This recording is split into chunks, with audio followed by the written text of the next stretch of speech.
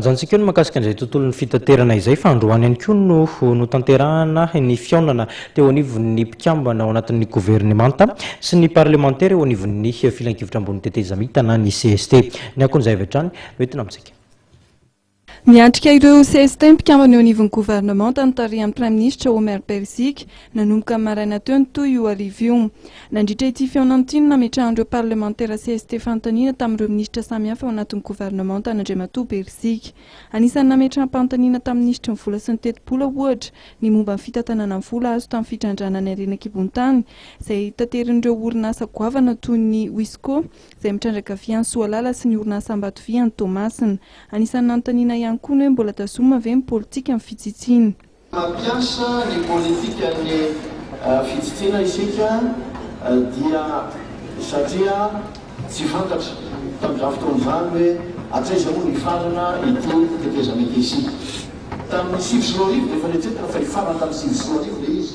Miampita ray amin'ny taona folo sy roa arivo isika dia everina fa hifarana eo ilay izy mitohy raha sitrapon'Andriamanitra zany dia ho avy ny fifidianana amin'ny taona ambony ary dia everina fa hifarana eo zany ny tetezamety.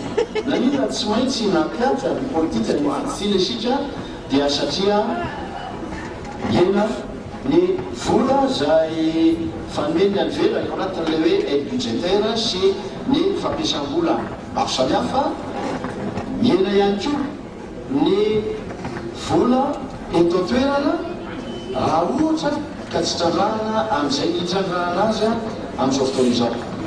Ho an'ny ministera serasera dia anisan'ny nanontaniana azy ny fananganana ny ordre des journalistes nametoko ministry ny serasera Andriamatoa Henri Laurent Razasson fa efa mihetsika amin'ny fametrahana izany ministera sy ny fikambanan'ny mpanao gazety samihafa ary heverina amin'ny taona 2024 no hipetraka ny ordre des journalistes. Mikasika amin'ny fitandroana ny filaminana dia laza ministry ny filaminana anatiny fa ny anatanterahana fety ny faran'ny taona mpilaminana ny tanjona ary efa manatanteraka ny ezaka samihafa ametrahana ny filaminana mba ahafahan'ny rehetra manao fety ampilaminana ministera izay hiadzijiny. Momba ny ministry ny Renakibon-tany Ramatoa Daniela Randrefeno dia nomarian'ny ministra fa tsy fanakanana ny voaka nisy fa fangatahana ny fanarahana ny fepetra takiana ny olo-mpanjakana amitahiraka ny ivelany. Ary amin'izao fotoan'izao rehefa nafeny fepetra rehetra takiana ministry ny Renakibon-tany dia lasa omalina mitahiraka ny ivelany. Anisan'ny fanontaniana nipetraka tamin'ny ministry ny fitsinjaram-pahefana ny momba ny olana ny fandoavana vola samihafa eo anivon'ireo vondrom-bahoaka hitsinjaram-pahefana. Nambara ministra Rufiny Tsiranana fa amin'izao fotoan'izao ny tamikaraman'ny sefokotany sy ny lefitrany dia efa voaefa avokoa ary efa lasa ihany koa vola fanohanana ny komuna sy ny faritra. Nomarian'ny ministra Rufiny Tsiranana fa ny fizakantena ara-bola ny vondrom-bahoaka isam-paritra no manery fa ny komuna ny tompony antoka ny vola sy ny fandaniam-bola ao aminy ary anjaran'ny komuna no mitady paikady amin'ny fitadiavam-bola ary fanohanana momba ny fampandehan-draharaha fotsiny ihany no tanterahan'ny fanjakana foibe.